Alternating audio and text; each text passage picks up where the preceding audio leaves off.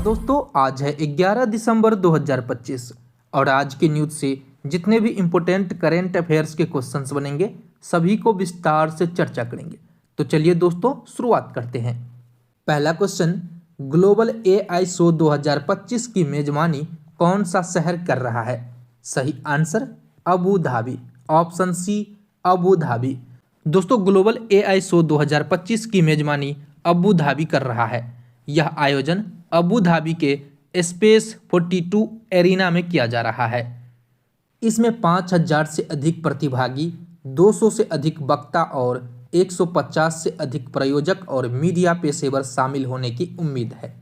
इस शो में कृत्रिम बुद्धिमत्ता के विभिन्न पहलुओं पर चर्चा होगी, जिसमें शामिल है machine learning, robotics, quantum computing, generative AI, ethical AI, regulatory frameworks, health care transformation, autonomous defence technologies. यह आयोजन राष्ट्रीय एआई कार्यक्रम, national programme of artificial intelligence और साइबर सुरक्षा परिषद, साइबर सिक्योरिटी काउंसिलिंग जैसे प्रमुख सरकारी संस्थाओं के साथ रणनीतिक साझेदारी पर आधारित है।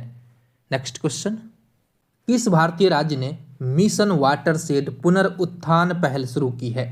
सही answer Nagaland, option B Nagaland. दोस्तों मिशन वाटरशेड पुनरुत्थान पहल नागालैंड ने शुरू की है।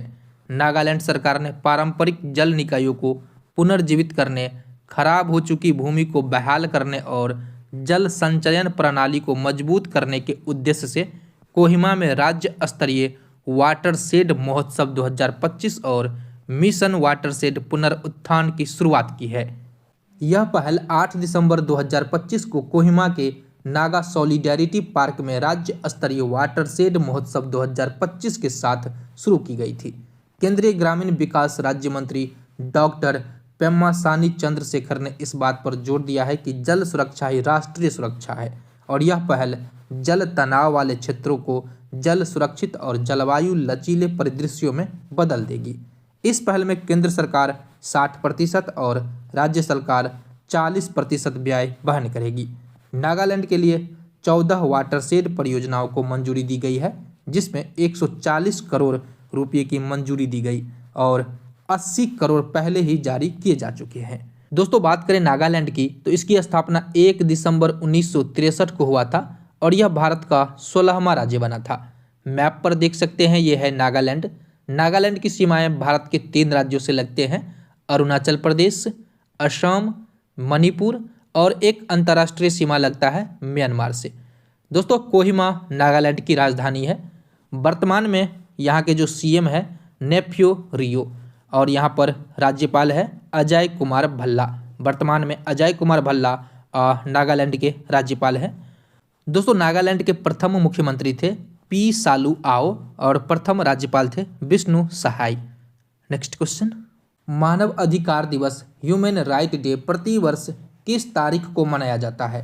सही आंसर 10 दिसंबर, ऑप्शन सी 10 दिसंबर। दोस्तों मानव अधिकार दिवस प्रत्येक वर्ष 10 दिसंबर को मनाया जाता है। इस वर्ष का थीम है human rights our everyday essential. दोस्तों इसका उद्देश्य यह दिखाना है कि भोजन, आवास, सुरक्षा और स्वच्छ पानी जैसे अधिकार अमूर्त सिद्धांत नहीं बल्कि हमारे दैनिक जीवन की नींव है। इसके इतिहास और महत्व को देखते हैं। द्वितीय विश्व युद्ध के दौरान हुए अत्याचारों के बाद विश्व समुदाय ने महसूस किया कि मानव अधिकारों की एक सार्वभौम परिभाषा आवश्यक है। 10 दिसंबर 1948 को संयुक्त राष्ट्र महासभा ने फ्रांस के पेरिस में मानव अधिकारों की सार्वभौम घोषणा को अपनाया। यह इतिहास का एक मील का पत्थर दस्तावेज था, जिसने पहली बार उन मौलिक अधिकारों को रेखांकित किया जिनके हकदार सभी मनुष्य हैं, चाहे उनकी जाति, धर्म, रंग, भाषा या लिंग कुछ भी हो। 1950 में संयुक्त राष्ट्र महासभा ने आधिकारिक तौर पर 10 दिसंबर को मानवाधिकार दिवस के रूप में मनाने का प्रस्ताव पारित किया। Universal declaration of human rights एक महत्वपूर्ण दस्तावेज है जिसमें 30 अनुच्छेद शामिल है।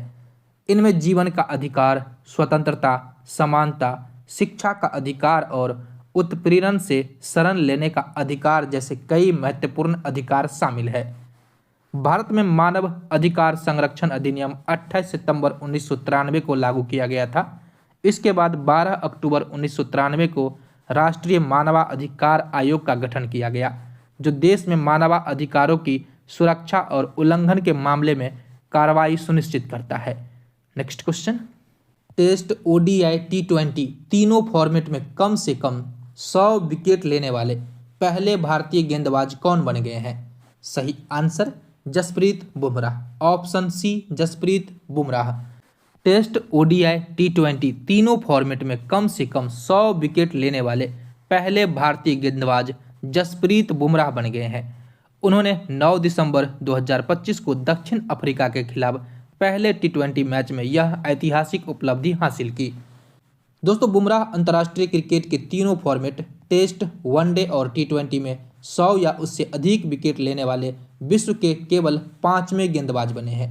उनसे पहले यह कारनामा श्रीलंका के लसित मलिंगा, बांग्लादेश के शकीब अल हसन, न्यूजीलैंड के टीम सऊदी और पाकिस्तान के शाहीन शाह अफरीदी कर चुके हैं, और यह ऐसा करने वाले पहले भारतीय और विश्व के 5वें गेंदबाज बने हैं। दोस्तों, वह अर्शदीप सिंह के बाद टी20 क्रिकेट में 100 विकेट लेने वाले दूसरे भारतीय गेंदबाज भी हैं। पहला है अर्शदीप सिंह। दोस्तों, बुमराह पहले ऐसे गेंदबाज हैं जिन्होंने आईसीसी पुरुष खिलाड़ी रैंकिंग में तीनों फॉर्मेट में शीर्ष स्थान हासिल किया है। 9 दिसंबर 2025 तक उनके अंतर्राष्ट्रीय विकेटों का विवरण इस प्रकार है। टेस्ट में उन्होंने 52 मैच खेले हैं और 234 विकेट लिए हैं। ओडीआई में 89 मैच खेले हैं और 149 विकेट लिए हैं। टी20 में 81 मैच और 101 विकेट ले चुके हैं अभी तक। नेक्स्ट क्वेश्चन, हाल ही में बाबा अधब का 95 वर्ष की आयु में निधन हो गया, वे कौन थे? सही आंसर एक सामाजिक कार्यकर्ता। ऑप्शन सी एक सामाजिक कार्यकर्ता थे। दोस्तों, डॉक्टर बाबा साहेब पांडुरंग अधब, जिन्हें बाबा अधब के नाम से भी जाना जाता था, एक वयोवृद्ध समाजवादी नेता और प्रसिद्ध सामाजिक कार्यकर्ता थे, जिनका हाल ही में 95 वर्ष की आयु में पुणे में निधन हो गया है। दोस्तों, वह हमाल पंचायत के संस्थापक थे। 1955 में पुणे में सिर पर बोझ ढोने वाले श्रमिकों के लिए एक प्रमुख ट्रेड यूनियन की स्थापना की, जो देश में असंगठित श्रमिकों के पहले यूनियनों में से एक थी। एक गांव एक पान वठा आंदोलन, जातिगत भेदभाव और छुआछूत के खिलाफ एक महत्वपूर्ण आंदोलन का नेतृत्व किया, जिसका उद्देश्य ग्रामीण भारत में सभी समुदायों के लिए पानी के सार्वजनिक स्रोतों तक समान पहुंच सुनिश्चित करना था। कचरा कागज काश्तकरी पंचायत, उन्होंने कूड़ा बीनने वालों के सामूहिक संगठन को भी सलाह दी और मार्गदर्शन किया। नेक्स्ट क्वेश्चन, हाल ही में खबरों में रहा परवा प्लेटफॉर्म किस नियामक संस्था द्वारा लॉन्च किया गया है? सही आंसर भारतीय प्रतिभूति और विनिमय बोर्ड। ऑप्शन बी भारतीय प्रतिभूति और विनिमय बोर्ड। दोस्तों, प्रवा प्लेटफॉर्म भारतीय प्रतिभूति विनिमय बोर्ड सेबी द्वारा लॉन्च किया गया है। प्रवा का फुल फॉर्म है past risk and return verification agency. दोस्तों, यह पहल निवेशकों और वित्तीय सलाहकारों और अन्य बाजार मध्यस्थों द्वारा किए गए पिछले प्रदर्शन के दावों को स्वतंत्र रूप से सत्यापित करने में मदद करने के लिए शुरू की गई है, ताकि गलत बिक्री, मिस सेलिंग और भ्रामक प्रचार पर अंकुश लगाया जा सके। प्रवा का पायलट प्रोजेक्ट एनएसई और केयर रेटिंग के सहयोग से शुरू किया गया है। सही आंसर है ऑप्शन बी सेबी, भारतीय प्रतिभूति और विनिमय बोर्ड। नेक्स्ट क्वेश्चन, 33वें साउथ ईस्ट एशियन गेम्स 2025 का उद्घाटन किस देश में किया गया? सही answer Thailand. Option A Thailand. दोस्तों, 33वें साउथ ईस्ट एशियन गेम्स 2025 का आयोजन थाईलैंड के 2 प्रांतों बैंकॉक और चैनबुरी में हो रहा है। कुछ खेल सोंगखला, चियांग माई और अन्य सहित कुल 10 प्रांतों में भी आयोजित किए जाएंगे। इस खेल का आयोजन 9 दिसंबर से 20 दिसंबर 2025 तक किया जाएगा। इसका भव्य उद्घाटन समारोह 9 दिसंबर 2025 को बैंकॉक के राजमंगला राष्ट्रीय स्टेडियम में किया गया। दोस्तों, इसमें कुल 11 दक्षिण पूर्व एशियाई देश बहुल खेल आयोजन में भाग ले रहे हैं, जिसमें Thailand, Malaysia, Indonesia, Philippines, Singapore, Myanmar, Vietnam, Laos, Brunei और तिमोर लेस्ते शामिल है। इस आयोजन में 13,000 से अधिक एथलीट और 6,000 से अधिक अधिकारी भाग ले रहे हैं। इन खेलों में कुल 44 खेल शामिल है, जिसमें 567 विभिन्न स्पर्धाओं में पदक के लिए प्रतिस्पर्धा होगी। इस खेल का थीम है दक्षिण पूर्व एशिया को एक साथ लाना, bringing south east Asia together. खेल का आधिकारिक शुभंकर है द सेंस, जो थाई पहचान, सांस्कृतिक और एकता के मिश्रण को दर्शाता है। दोस्तों बात करें थाईलैंड की, तो यहाँ आप मैप पर देख सकते हैं, यह है थाईलैंड। इसकी राजधानी है बैंकॉक।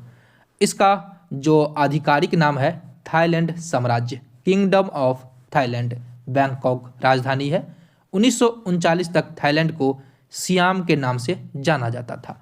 यहाँ का भाषा है थाई और यहाँ पर मुद्रा है थाई बहत।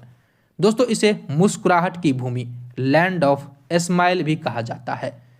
Next question, times athlete of the year 2025 किसे चुना गया? सही आंसर एजा विल्सन, ऑप्शन बी एजा विल्सन। दोस्तों साल 2025 के लिए time athlete of the year एजा विल्सन को चुना गया है। एजा विल्सन अमेरिका के रहने वाले हैं। दोस्तों एजा विल्सन बास्केटबॉल खेल खेलते हैं। विल्सन ने 2025 में अभूतपूर्व प्रदर्शन किया, जिसमें WNBA championship, finals MVP, league MVP और defensive player of the year का खिताब एक ही सीजन में जीतने वाली वह NBA या WNBA की पहली खिलाड़ी बनी है। दोस्तों टाइम पत्रिका द्वारा यह पुरस्कार खेल के क्षेत्र में साल भर के दौरान उत्कृष्ट प्रदर्शन, प्रभावशाली उपलब्धियों और व्यापक सांस्कृतिक प्रभाव डालने वाले एथलीट को दिया जाता है। नेक्स्ट क्वेश्चन, हाल ही में चेक गणराज्य के प्रधानमंत्री के रूप में किसे चुना गया? सही answer Andrej Babis, option B Andrej Babis. दोस्तों चेक गणराज्य के प्रधानमंत्री के रूप में हाल ही में आंद्रेज बाबिश को चुना गया है। उन्होंने 9 दिसंबर 2025 को पद की शपथ ली। इससे पहले पेत्र प्याला दिसंबर 2021 से चेक गणराज्य के प्रधानमंत्री थे। यह प्रधानमंत्री पद के रूप में उनका दूसरा कार्यकाल है। उन्होंने पहले 2017 से 2021 तक चेक गणराज्य के प्रधानमंत्री के रूप में कार्य कर चुके हैं। दोस्तों बात करें चेक गणराज्य की, तो इसे चेकिया भी कहा जाता है। मध्य यूरोप में स्थित एक समृद्ध और विकसित लैंडलॉक कंट्री है। आधुनिक चेक गणराज्य का इतिहास बाहेमिया, मोराविया और सिलेसिया के ऐतिहासिक क्षेत्रों को समाहित करता है। 1918 में ऑस्ट्रिया हंगरी साम्राज्य के विघटन के बाद यह चेकोस्लोवाकिया गणराज्य का हिस्सा बन गया। 1 जनवरी 1993 को चेकोस्लोवाकिया शांतिपूर्वक 2 स्वतंत्र राज्यों में एक बना चेक गणराज्य और दूसरा बना स्लोवाक। दोस्तों चेक गणराज्य की राजधानी प्राग है, जिसे 100 मीनारों का शहर कहा जाता है। यह अपने अद्भुत मध्यकालीन और बारोक वास्तुकला के लिए प्रसिद्ध है। स्कोडा ऑटो जैसी बड़ी अंतर्राष्ट्रीय कार कंपनी यहाँ पर स्थित है। दोस्तों मैप पर देख सकते हैं, ये है चेक गणराज्य। इसके पड़ोसी देश है पोलैंड, जर्मनी, ऑस्ट्रिया और स्लोवाकिया। नेक्स्ट क्वेश्चन, फार्मूला 1 विश्व कप चैंपियनशिप 2025 का खिताब किसने जीता है? सही answer Lando Norris, option C Lando Norris. दोस्तों 2025 फार्मूला 1 विश्व कप चैंपियनशिप का खिताब लैंडो नॉरिस ने जीता है। लैंडो नॉरिस अबू धाबी में सीजन के अंतिम ग्रैंड प्रिक्स में तीसरा स्थान हासिल करके यह खिताब पक्का किया।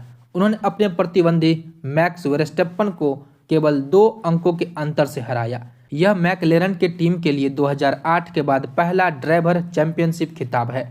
दोस्तों लैंडो नॉरिस ब्रिटेन से है और मैकलेरन टीम की तरफ से खेलते हैं। सही आंसर है option C Lando Norris. Next question, तो दोस्तों यह है आज का क्वेश्चन, अर्थ समिट 2025 का उद्घाटन भारत के किस शहर में हुआ है? इसका जवाब आप कमेंट बॉक्स में दीजिए। यह था कल का क्वेश्चन, किस फिनटेक कंपनी ने भारत का पहला डिजिटल गोल्ड SIP लॉन्च किया है? सही आंसर है भारत पे। सभी लोगों ने इस क्वेश्चन का सही जवाब दिया था। दोस्तों इस क्लास की PDF के लिए टेलीग्राम चैनल ज्वाइन कीजिए, लिंक डिस्क्रिप्शन में है और वहां से आप PDF डाउनलोड कर सकते हैं। यह सेशन हमारा यहीं पर समाप्त हुआ। वीडियो को लाइक कीजिए, कमेंट कीजिए, नए हैं तो चैनल को सब्सक्राइब कीजिए और अपने दोस्तों के साथ शेयर जरूर करें। मिलते हैं नेक्स्ट सेशन में, तब तक के लिए जय हिंद।